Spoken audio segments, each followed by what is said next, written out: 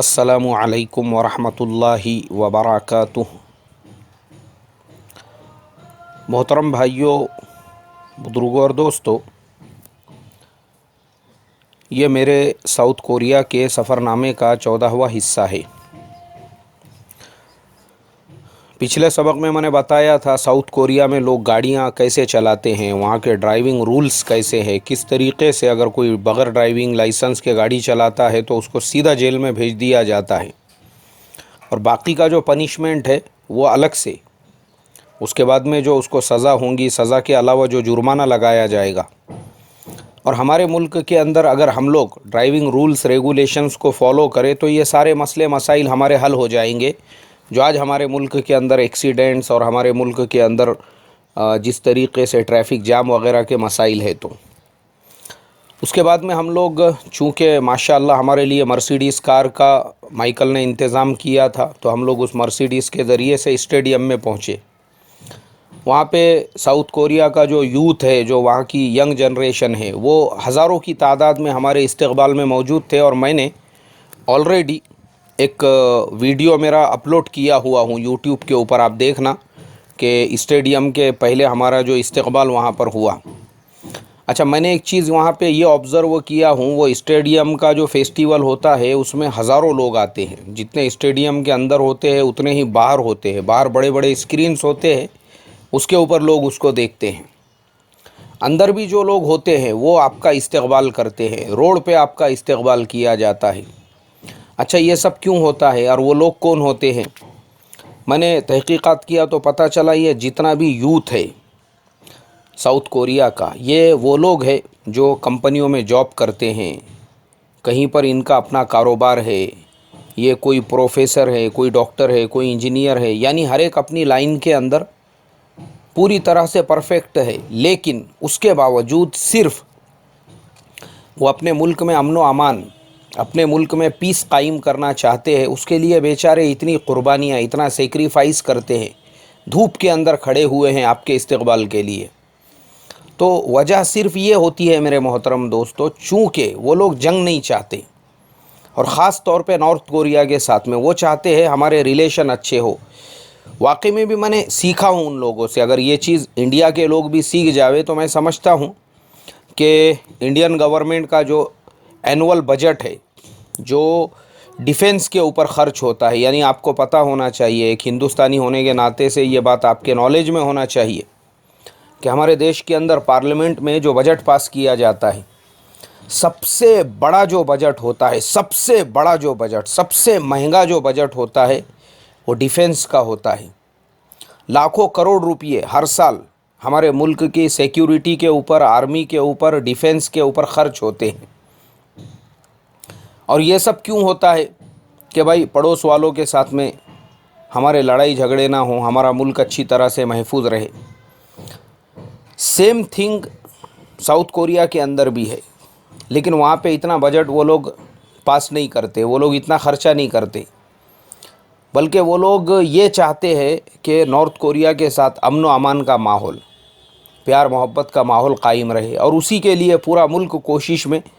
वजह सिर्फ ये है, उनकी थिंकिंग और अपनी थिंकिंग में मैं फ़र्क बता रहा हूँ। उनकी थिंकिंग ऐसी है, मैं जब उन लोगों से बात करता हूँ, पूछता हूँ, तो वो लोग क्या कहते हैं, बोले देखो, ये जितना भी पूरा क्या पूरा कोरियन पेनिनस्यूला है, जैपनीज़ पेनिनस्यूला है, ये पूरे इलाके जो है, इन मुल्कों के अंदर सब अलग अलग ट्राइब है, अलग अलग कबीले हैं। चाइना जो है उसमें बहुत सारे कबीले हैं। चाइना के अंदर मंगोल कबीला अलग है, हुई कबीला अलग है, हान कबीला अलग है। चाइना के अंदर 50 कबीले हैं, अलग अलग बिरादरियां हैं। जापान में आप जाएंगे तो जापान में भी बहुत सारे कबीले हैं। जापानी पूरी कौम एक कबीले की नहीं है। बोले लेकिन कोरिया के साथ वैसा नहीं है। कोरिया चाहे नॉर्थ हो या साउथ हो, पूरा क्या पूरा कोरिया वो सिर्फ़ और सिर्फ वन ट्राइब, एक कबीला है। हम लोग पूरे एक कबीले के लोग हैं, अलग अलग कबीला नहीं है, अलग ख़ानदान नहीं है, लेकिन मुल्क हमारे अलग हो चुके हैं। लोगों की थिंकिंग वहाँ ऐसी है, बोले देखो नॉर्थ में जो लोग हैं ना, वो हमारे अपने लोग हैं, वो हमारे अपने कबीले के लोग हैं। कोरिया के अंदर बहुत सालों पहले कोई बादशाह गुज़रे थे, उनका नाम किम था। इसी तरीके से एक ली बादशाह थे जिनकी कॉमन हुकूमत थी चाइना और कोरिया के ऊपर। ये सब उनके अपने ख़ानदान के जो पुराने बुज़ुर्ग होते हैं उस तरीके से ये लोग समझते हैं। इसीलिए कोरिया के अंदर आपको हर 3-4 में से एक आधे का नाम या तो किम मिलेगा या तो ली मिलेगा। जैसे मुसलमानों में हम लोग आम तौर पे मोहम्मद अली हमारे यहाँ पे मारूफ़ है, अक्सर लोग नाम के शुरू में मोहम्मद और अली हमारे यहाँ पे नाम के आखिर में हम लोग लिखते हैं। वैसे ही कोरिया के अंदर आपको हर नाम के शुरू या आखिर में किम या ली ये ज़रूर मिलेगा। तो कोरियन लोग जो है वो ये समझते हैं कि भाई ये हमारा ट्राइब था, ये हमारा ख़ानदान था, हम लोग पूरे एक ट्राइब के एक ख़ानदान के लोग हैं।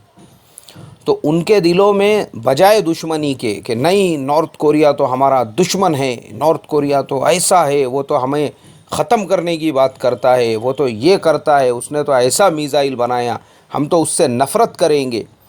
वो लोग नफ़रत की बात नहीं करते। मुझे बहुत अच्छा लगा, मैं इसीलिए इस साल भी वहाँ पे जो गया, उन लोगों का जो नेचर है, उन लोगों का जो मिजाज है वो सीखने जैसा है कि वाकई में भी वो लोग कितने ब्रॉड माइंडेड है, उनके दिल कितने गहरे, कितने समंदर की तरह से है कि वो किसी को अपना दुश्मन नहीं समझते। नहीं, किम जोंग उन जो है वो हमारा भाई है, वो हमारे अपने ट्राइब का है, वो हमारे अपने कबीले का है। उनके दिल के अंदर इतनी गहराई, इतनी वसअत है उसके लिए। तो उसका फ़ायदा ये हुआ कि जिस दिन ये फंक्शन था, जिस दिन की बात कर रहा हूँ, मेरे ख़्याल से 18 सितंबर 2018 की ये बात है, उसी दिन साउथ कोरिया के जो प्रेसिडेंट थे वो नॉर्थ कोरिया गए हुए थे। इत्तेफाक की बात देखो, यानी अल्लाह का इतना बड़ा एहसान। पिछले साल जब हम लोग गए थे तो ये कोशिश में थे कि भाई मुल्क में अमन व अमान का माहौल हो, और पिछले साल ऐसे मसाइल थे कि ट्रंप और किम जोंग उन जो है दोनों के बीच में कोल्ड वॉर चल रहा था। ये कुछ बोल रहे थे, वो कुछ बोल रहा था, यानी आपस में ऐसे ताल्लुकात ख़राब हो चुके थे कि पता नहीं कब क्या होगा। लेकिन अल्हम्दुलिल्लाह हम लोगों की मेहनत रायगा नहीं गई। पिछले साल जाकर हमने जो वहाँ पे मेहनतें की, अल्हम्दुलिल्लाह 1 साल में हमको रिज़ल्ट ये मिल गया कि ख़ुद किम जोंग उन वो चल कर साउथ कोरिया आए, साउथ कोरिया में 3 दिन रहे। और जिस दिन हम लोग वहाँ पर थे साउथ कोरिया में, तो वहाँ के प्रेसिडेंट नॉर्थ कोरिया गए हुए थे, और माशाल्लाह पूरे मुल्क में इतना खुशहाली का माहौल था कि वहाँ की गवर्नमेंट ने 3-4 दिन की छुट्टी डिक्लेयर कर दी खुशी के मारे। जिस दिन मैं वहाँ से निकल रहा था मेरे वापसी के टाइम पे, उस वक्त में ये छुट्टी का डिक्लेरेशन हुआ था, और लोग इतने ज़्यादा खुश थे वहाँ पर, वो मैं इंशाल्लाह आगे बताऊँगा। तो उन लोगों की थिंकिंग ऐसी है। अब हमारे यहाँ पे कैसा है, थिंकिंग अलग है। हमारे यहाँ पे हमारे जो पड़ोसी है उन लोगों को सिर्फ़ हमें दुश्मन बनाकर, मतलब हमको ये सिखाया जाता है कि वो हमारे दुश्मन हैं, वो हमारे दुश्मन हैं, वो हमारे दुश्मन हैं। हमारे यहाँ पे छोटे से मासूम बच्चे की भी जो मेंटालिटी है उसको निगेटिव किया जाता है, देखो वो हमारे दुश्मन हैं। जवान है तो उसके भी दिल में वही दुश्मनी पैदा की जाती है, वो हमारे दुश्मन हैं। हर एक के दिल में हमारे यहाँ पे दुश्मनियों का जहर इस तरीक़े से फैलाया जा रहा है कि हमारे टीवी न्यूज़ चैनल वालों के पास में अगर कुछ बताने के लिए नहीं रहेगा तो उस दिन वो सुबह से शाम तक आपको सिर्फ़ पड़ोसियों के बारे में, उनकी बुराइयाँ और उनकी दुश्मनियाँ, ये हमारे दुश्मन, ये हमारे दुश्मन, ये हमारे दुश्मन। तो प्रॉब्लम ये हो रहा है कि जिस तरीक़े से साउथ कोरिया ने पहल करके अपने दुश्मनों को सीने से लगाया, आज ऐसा माहौल बन चुका है। और मैं उम्मीद करता हूँ अल्लाह की ज़ात से, यानी वो पूरे वर्ल्ड का सबसे सेंसिटिव बॉर्डर है, आपको मालूम होना चाहिए। पूरी दुनिया में सबसे सेंसिटिव बॉर्डर अगर 2 मुल्कों के बीच में कहीं पर है तो वह है साउथ कोरिया और नॉर्थ कोरिया का। दोनों बॉर्डर, और दोनों बॉर्डरों के बीच में 22 किलोमीटर का एरिया वो खाली छोड़ा हुआ है कि दोनों के आर्मी के जवान भी एक दूसरे को नज़र ना आ सके। इतनी दोनों के दरमियान में शिद्दत की दुश्मनी, इस तरीक़े के हालात, लेकिन उन्होंने कभी भी नॉर्थ कोरिया को अपना दुश्मन नहीं समझा। और नॉर्थ कोरिया जो दुश्मनी में भी कि साउथ कोरिया हमारा दुश्मन है, वो वहाँ के लोकल लोगों की ये थिंकिंग नहीं। उनको भी भड़काने वाले, उनको भी ब्रेन वॉश करने वाले, बाजू में एक तरफ से रशिया है, दूसरी तरफ से चाइना है। अच्छा, रीज़न क्या है चाइना और रशिया क्यों नॉर्थ कोरिया को हैंडल कर रहे हैं? सिर्फ इसलिए क्योंकि साउथ कोरिया पूरी तरह से अमेरिका के गोद में बैठा हुआ है। साउथ कोरिया के लोगों को अमेरिका का वीज़ा नहीं लगता, अमेरिका के अंदर उनके लिए हर तरह की फैसिलिटी सहूलतें हैं। अमेरिका अगर उनको जाना है या अमेरिका से जो रिलेशन ताल्लुक़ात वो ऐसे है वो पूरी तरह से अमेरिका की गोद में है। अब ये दोनों चिड़े हुए, दोनों भी नॉर्थ कोरिया के बॉर्डर पे, कि ये साउथ कोरिया अगर अमेरिका की गोद में है तो फिर नॉर्थ को पकड़ के बैठो और इसको उकसाओ और इसको भड़काओ और इसको भड़काओ। तो एक्चुअल में दुश्मनी है रशिया की और चाइना की अमेरिका के साथ, लेकिन खिलौना बना रहे वो बेचारे नॉर्थ कोरिया को। छोटा सा मुल्क, खाने पीने को नहीं, वहाँ पे लोग परेशान हाल है, लेकिन वैसे मुल्क को उन्होंने न्यूक्लियर पावर बना दिया सिर्फ अपनी दुश्मनी अमेरिका से निकालने के लिए। तो इतना सब कुछ होने के बावजूद भी साउथ कोरिया के अंदर जो पब्लिसिटी की जाती है, वहाँ पे जो सीरियल बनते हैं, वहाँ पे जो न्यूज़ें बताई जाती है, वो ये देखो वो हमारे भाई है, देखो हमारे भाइयों को दूसरे लोग बहका रहे हैं, वो ऐसे नहीं है। यानी वहाँ की मेंटालिटी देखो। तो मैंने पूछा बहुत सारे वहाँ के नौजवानों से, मैं बोला आप लोगों को स्कूल के अंदर ये बताया जाता है 1948 में क्या हुआ, दोनों कोरिया क्यों अलग हुए, जापान से तुम लोगों को आज़ादी मिली, जो जंग हुई। उन्होंने बताया ये सब चीज़ें हमारे यहाँ पे स्कूलों में नहीं पढ़ाई जाती, ये आपको अगर पर्सनल स्टडी करना है तो आप कर सकते। स्कूल में ये सब पढ़ाया ही नहीं जाता। स्कूल के अंदर हमारे यहाँ पे ये पढ़ाया जाता कि भाई अपने को दुनिया के और मुल्कों से आगे कैसा निकलने का है। जैसे जापान की कुछ कंपनियाँ उन्होंने वर्ल्ड को कैप्चर किया, तो हमारे साउथ कोरिया की कंपनियां वर्ल्ड को कैसे कैप्चर कर सकती है। हम लोग हर फील्ड में, हर लाइन में हमारे जो पड़ोसी है, चाइना है, जापान है, उनको पीछे छोड़ के आगे कैसे निकल सकते हैं। आज जैसे पूरी दुनिया में मेड इन जापान का राज है, तो मेड इन कोरिया का राज कब आएगा। हालांकि ये उनको पढ़ाया जाता है। अब सोचो ना, ये उनको पहले से पढ़ाया जा रहा, आज भी पढ़ाया जा रहा, जबकि रियल में मेड इन कोरिया का ऑलरेडी पूरे वर्ल्ड पे कब्जा हो चुका है। पूरे मेड इन कोरिया ने पूरे वर्ल्ड को कैप्चर कर दिया। आज made in Japan second number पे जा चुका है। अरे एकदम मोटा एग्जाम्पल, आप में से जितने लोग मेरा बयान सुन रहे हैं, सबक सुन रहे हैं, या तो आपके हाथ में आईफोन होगा एप्पल का, या तो आपके हाथ में सैमसंग का मोबाइल होगा, या तो आपके हाथ में एलजी का मोबाइल होगा। जापान की कंपनी सोनी है, सोनी कंपनी का हैंडसेट कितने लोगों के पास में है। सैमसंग कंपनी ने वर्ल्ड के तकरीबन 50% से ज़्यादा मार्केट को कैप्चर कर दिया। साउथ कोरिया की ही कंपनी पूरे वर्ल्ड के ऊपर आज कब्ज़ा हो चुका है उसका। एलजी ने पूरे वर्ल्ड के बहुत बड़े मार्केट को कैप्चर कर दिया, मोबाइल के ही लाइन से नहीं।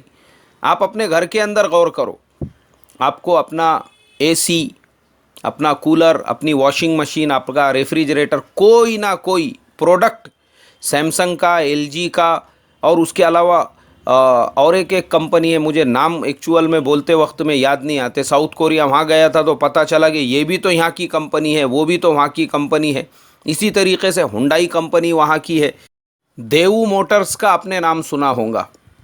देवू मोटर्स का अफ्रीका के और बहुत सारे मुल्कों में कब्ज़ा हो चुका है, वो भी साउथ कोरिया की कंपनी है। वो मुझे वहाँ जाके पता चला, नहीं तो पहले मैं देवू मोटर्स मुझे जर्मनी या फिर अमेरिका का प्रोडक्ट लगता था।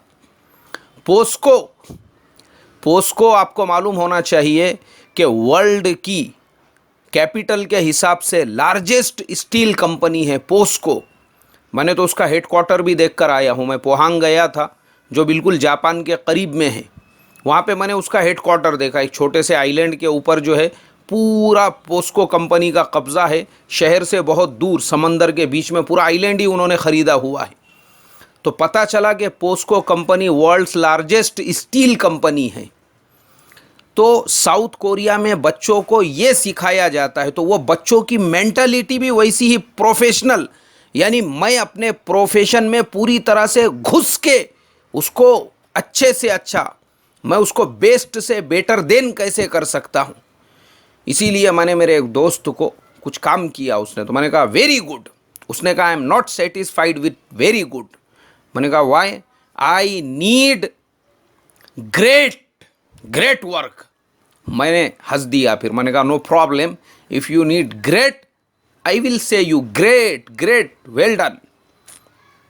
तो वहाँ की थिंकिंग ऐसी है, वहाँ का नौजवान वो गुड या वेरी गुड के ऊपर सेटिस्फाइड होने वाला नहीं, उन्होंने अपने पूरे काम में अपने आप को झोंक दिया। तो मेंटालिटी वहाँ पर क्रिएटिविटी वाली तैयार हो रही है। हमारे देश में 24 घंटे जैसी खोलो, घराने, रोना धोना, ये हो गया वो हो गया ऐसा हो गया, और बस बुराइयाँ। उसकी वजह से हम बचपन से निगेटिव मेंटालिटी पैदा करके पैदा होते हैं और बढ़ते हैं, और वही लड़ाई झगड़े की मेंटालिटी हमारी बढ़ती रहती है, और हमारी मजलिसों में वही मुज़ाकरे होते हैं। इसकी वजह से मेरे मोहतरम दोस्तों, हमारा अरबों खरबों करोड़ों रुपयों का बजट वो डिफेंस के ऊपर ख़र्चा होता है। अगर वही हमारे एजुकेशन के ऊपर, मुल्क के डेवलपमेंट पे खर्च होगा, तो साउथ कोरिया हमारे से 1 साल बाद में आज़ाद हुआ है। आप सोचो हम कहाँ होते थे। अल्लाह हम तमाम को समझ अता फ़रमाए। अस्सलामु अलैकुम व रहमतुल्लाहि व बरकातहू।